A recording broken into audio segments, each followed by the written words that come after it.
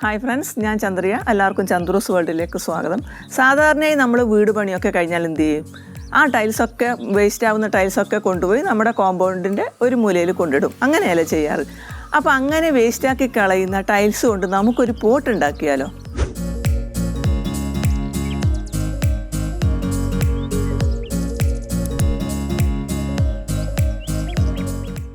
നമുക്ക് ടൈൽസ് കൊണ്ടുള്ള പോട്ടാണ് നമ്മൾ ഇന്ന് ഉണ്ടാക്കാൻ പോകുന്നത്. അപ്പോൾ എനിക്കതിന് വേണ്ടിയിട്ടുള്ള ടൈൽസ് കിട്ടിയിട്ടുണ്ട്. ഇത് ഞങ്ങൾക്ക് കുറച്ച് 2 വർഷം മുമ്പ് നമ്മൾ വീടിൻ്റെ പണിയെടുത്തപ്പം ബാക്കി വന്ന ടൈൽസാണ്.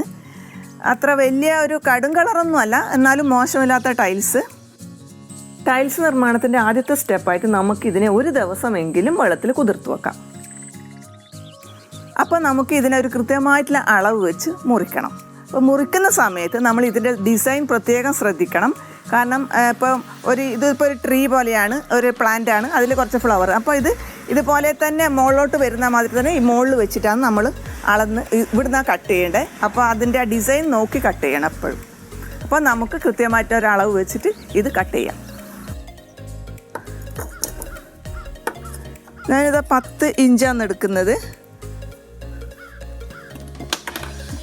10 ഇഞ്ച് എടുത്ത്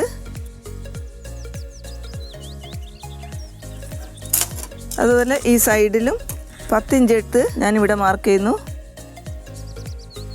പിന്നെ ഈ ടൈൽസ് പല വീതിയിലായിരിക്കും ഉണ്ടാവുക കേട്ടോ. ഇപ്പോൾ എല്ലാ ടൈൽസും ഒരേ വീതി ആയിക്കണമെന്നില്ല. അപ്പോൾ ചിലപ്പോൾ വേണമെങ്കിൽ ഹൈറ്റ് വേണമെങ്കിൽ കുറക്കാം. പക്ഷെ ഞാൻ 10 എടുത്തിരിക്കുന്നത്, കാരണം ഇതിന് നല്ല വീതിയുണ്ട്. അതുകൊണ്ട് ഞാൻ 10 ഇഞ്ചാണ് ഉയരം എടുത്തിരിക്കുന്നത്. ഇനി നമുക്കിതിനെ ഈ മാർക്ക് ചെയ്ത ഭാഗത്തെ കൂടിയിട്ട് നമ്മൾ മാർബിളൊക്കെ കട്ട് ചെയ്യുന്ന മെഷീൻ ഉണ്ടല്ലോ, അത് ഉപയോഗിച്ചിട്ട് ഇത് സ്ട്രെയിറ്റ് ആയിട്ട് ഒന്ന് കട്ട് ചെയ്യണം. പിന്നെ ആ കട്ട് ചെയ്ത ആ ഒരു ഷീറ്റ് എടുത്തിട്ട് തന്നെ നമുക്ക് അതേ അളവിൽ ബാക്കി 4 ഷീറ്റും മുറിച്ചെടുക്കാം.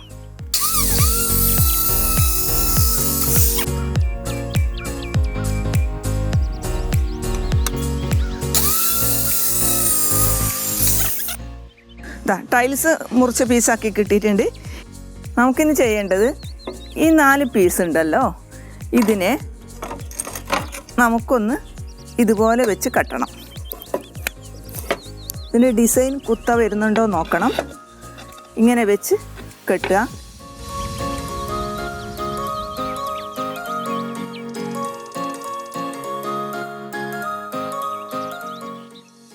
കെട്ടിക്കഴിഞ്ഞതിന് ശേഷം ഇതിൻ്റെ അരികുകളൊക്കെ നല്ല കറക്റ്റാക്കിയിട്ട് ലെവൽ ചെയ്ത് വെക്കണം. അതുപോലെ തന്നെ ഇതിൻ്റെ ഷേപ്പ് സ്ക്വയർ തന്നെ ആയിരിക്കണം, കോണ് പോവരുത്. പിന്നെ ഞാനിവിടെ ചൂടിക്കയറാന്ന് ഉപയോഗിച്ചിരിക്കുന്നത്. ശരിക്കും കെട്ടിയ ടൈറ്റ് ആകുന്ന തരത്തിലുള്ള മറ്റെന്ത് കയറ് വേണമെങ്കിൽ നിങ്ങൾക്ക് ഉപയോഗിക്കാം. ഇനി നമുക്ക് ഇതിൻ്റെ ആവശ്യത്തിനുള്ള സിമെൻറ്റ് മിക്സാക്കാം. ഇത് ഒരേ അളവിൽ ഞാൻ സിമെൻറ്റും പൂഴിയും എടുത്തിട്ടുണ്ട്. ഇനി നമുക്കിതിനെ നന്നായിട്ടൊന്ന് മിക്സാക്കാം.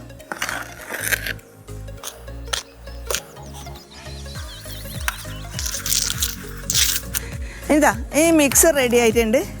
ഇനി നമുക്ക് ഇതിൻ്റെ അടിയിലേക്ക് ഇട്ട് കൊടുക്കാം. എന്നിട്ട് ഇതിനെ നന്നായിട്ടൊന്ന് നിരത്തി കൊടുക്കുക. ലെവലായിട്ട്, അതായത് കുറച്ച് ഒരേ ലെവലിൽ നിരത്തി കൊടുക്കുക. അധികം കട്ടിയിലിട്ട് കൊടുക്കരുത്, കാരണം ഇതിന് കനം കൂടും. ടൈൽസ് ആണെങ്കിൽ കുറച്ച് നേരിയ ടൈപ്പാണ്.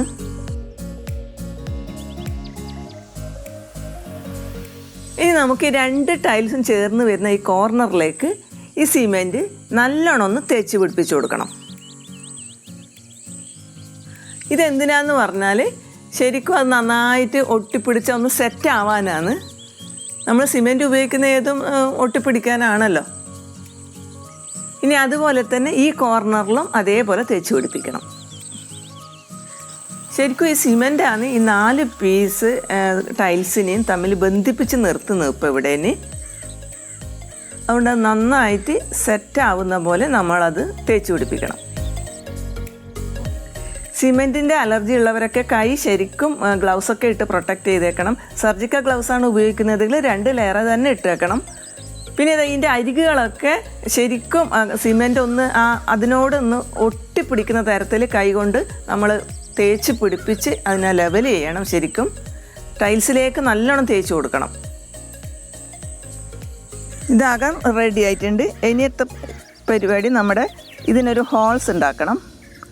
ഇതിങ്ങനെ കൈ കൊണ്ട് ആക്കിയാൽ തന്നെ ഇങ്ങനെ നിൽക്കുന്നുണ്ടെങ്കിൽ കുഴപ്പമില്ല.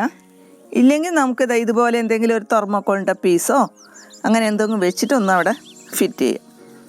പിന്നെ നമ്മളത് അടർത്തി മാറ്റിയാൽ മതിയല്ലോ. ഓക്കെ, അത് അവിടെ നിന്നു. ഇനി നമ്മൾ ഇതിൻ്റെ സൈഡെല്ലാം കഴിയുന്നത്ര ഈ സിമെൻറ്റും ഈ ടൈൽസും കൂടി ഒന്ന് നല്ലോണം ഒന്ന് കണക്ട് ചെയ്ത് വെക്കുക. ഇതിൻ്റെ സൈഡെല്ലാം ഇങ്ങനെ.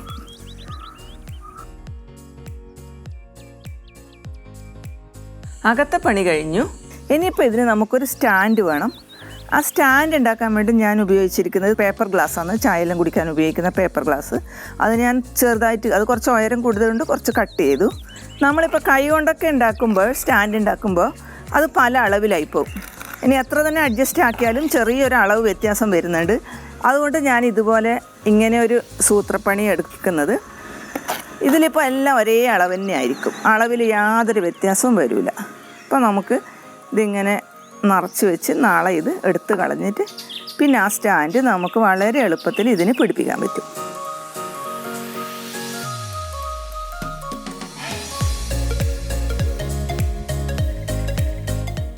ഇനി 24 മണിക്കൂർ കഴിഞ്ഞ് നമുക്ക് ഇത് വീണ്ടും എടുക്കാം. അപ്പോഴത്തേക്കും ചട്ടിയുടെ ഉള്ളിലൊക്കെ സെറ്റായിട്ടുണ്ടാവും, അതുപോലെ തന്നെ സ്റ്റാൻഡും സെറ്റായിട്ടുണ്ട്. 24 hours കഴിഞ്ഞു. നമ്മൾ ഉണ്ടാക്കി വെച്ച ഈ ടൈൽസ് കൊണ്ടുള്ള പോട്ട് നമുക്ക് എടുത്ത് നോക്കാം. ഇതാ ശരിക്കും ഡ്രൈ ആയിട്ടുണ്ട്. ഇനി നമുക്ക് ഈ കെട്ടൊക്കെ ഒന്ന് അഴിച്ചു മാറ്റാം.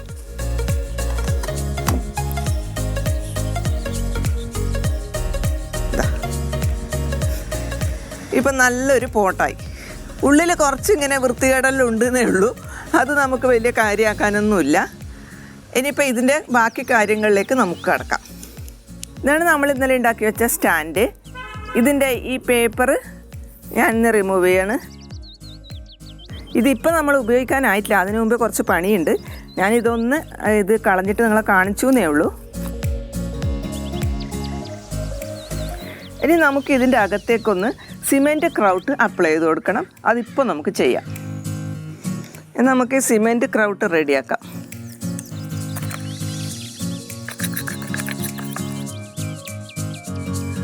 നമുക്കിതൊന്ന് ഇതിനകത്തേക്ക് അപ്ലൈ ചെയ്യാം. ഇതിൻ്റെ ഹോൾസെല്ലാം അടയാനും ശരിക്കും ഒന്ന് ഫില്ല് ചെയ്യാനുമാണ് നമ്മൾ ഈ ക്രൗട്ട് കൊടുക്കുന്നത് കേട്ടോ. പിന്നെ ഒരു ഫിനിഷിങ് കിട്ടാനും നല്ലതാണിത്.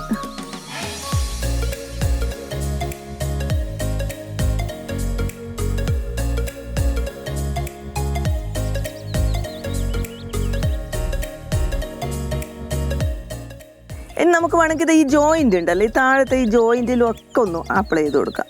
കാരണം അതെല്ലാം ചിലപ്പോൾ ചെറിയ ഗ്യാപ്പെല്ലാം ഉണ്ടെങ്കിൽ അതെല്ലാം അടഞ്ഞ് കിട്ടുകയും ചെയ്യും, പിന്നെ ഒരു ബലവുമാണ്.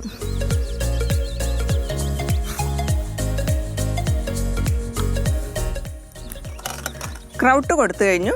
ഇനി നമുക്ക് ജസ്റ്റ് ഇതൊന്ന് ഡ്രൈ ആവാൻ വെക്കാം. ഒരു 10 മിനിറ്റ് വെച്ചാൽ മതി. അതിനുശേഷം നമുക്ക് ആ സ്റ്റാൻഡ് ഒന്ന് പിടിപ്പിക്കണം.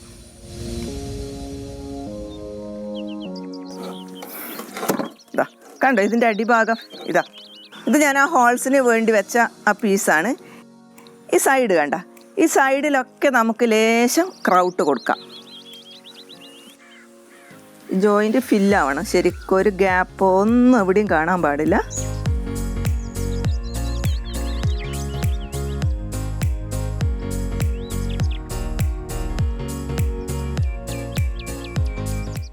അടുത്ത സ്റ്റെപ്പ് നമുക്കിതിൻ്റെ സ്റ്റാൻഡ് പിടിപ്പിക്കലാണ്. അപ്പം ഞാൻ ഈ കോർണറിലാണ് ഞാനിത് പിടിപ്പിക്കുന്നത്. അതിന് കാരണം എന്താണെന്ന് പറഞ്ഞാൽ ഈ ടൈൽസിന് ഒരു സപ്പോർട്ട് കിട്ടാൻ വേണ്ടിയിട്ടാണ് അറ്റത്ത് പിടിപ്പിക്കുന്നത്.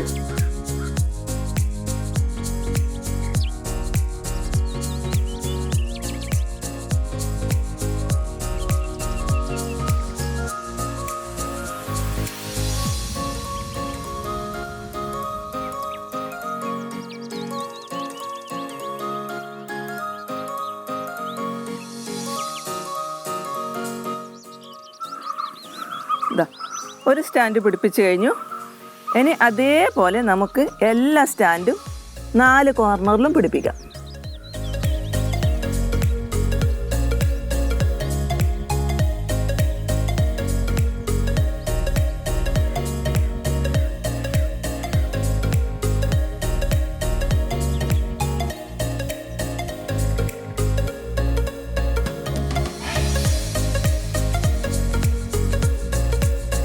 ഇനി മറ്റൊരു പണിയും കൂടി ബാക്കിയുണ്ട് നമുക്ക്.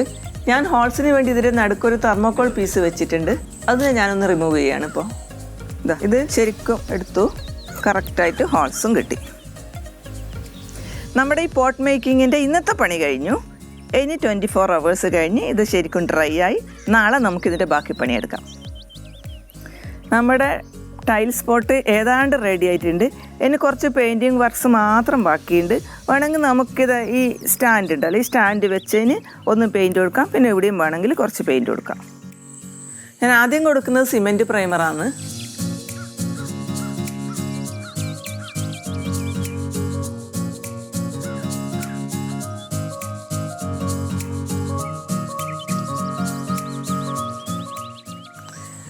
അപ്പോൾ നമ്മുടെ പോട്ട് മേക്കിങ്ങിൻ്റെ ലാസ്റ്റ് സ്റ്റെപ്പാണിത്. ഈ സ്റ്റാൻഡിനൊക്കെ ഒന്ന് പെയിൻറ്റ് കൊടുക്കാം. അപ്പോൾ ഞാൻ റെഡ് കളർ പെയിൻറ്റാണ് ഇവിടെ ചൂസ് ചെയ്തിരിക്കുന്നത്. അപ്പോൾ നമുക്കത് കൊടുക്കാം.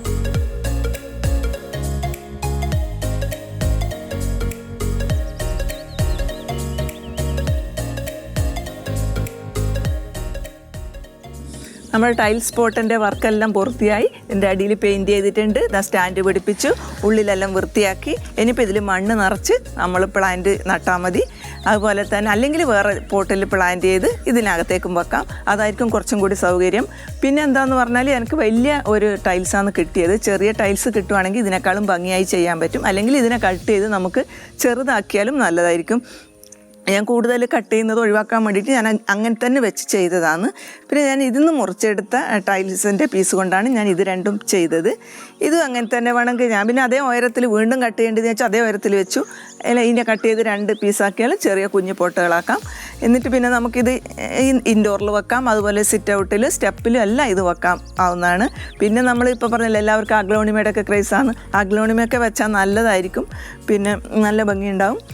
പിന്നെ എന്താണെന്ന് പറഞ്ഞാൽ ഇതിലെ വെറും 50 രൂപ എനിക്കിതിന് ചിലവായിട്ടുള്ളൂ. 50 രൂപയുടെ സിമെൻറ്റാണ് ഞാനിതിന് വാങ്ങിച്ചത്. പിന്നെ ടൈൽസ് ഇവിടെ ഉള്ളതുകൊണ്ട് പിന്നെ എനിക്ക് വാങ്ങേണ്ടി വന്നില്ല. അതുപോലെ തന്നെ ഞാൻ വേറെ പ്രധാനപ്പെട്ട ഒരു കാര്യം ഞാൻ പറയുന്നത്, ഇതിനെ എപ്പോഴെപ്പോഴും ഇങ്ങനെ നമ്മൾ പ്ലാന്റ് ചെയ്ത് കഴിഞ്ഞാൽ എപ്പോഴും ഇങ്ങനെ എടുത്ത് നടക്കണ്ട, ഒരേ സ്ഥലത്ത് തന്നെ ഫിക്സായിട്ട് വെച്ചോളുക കഴിയുന്നതും. കാരണം ഇതിൽ മണ്ണ് നിറച്ചാൽ ഇതിന് കുറേ വെയിറ്റ് ആവും.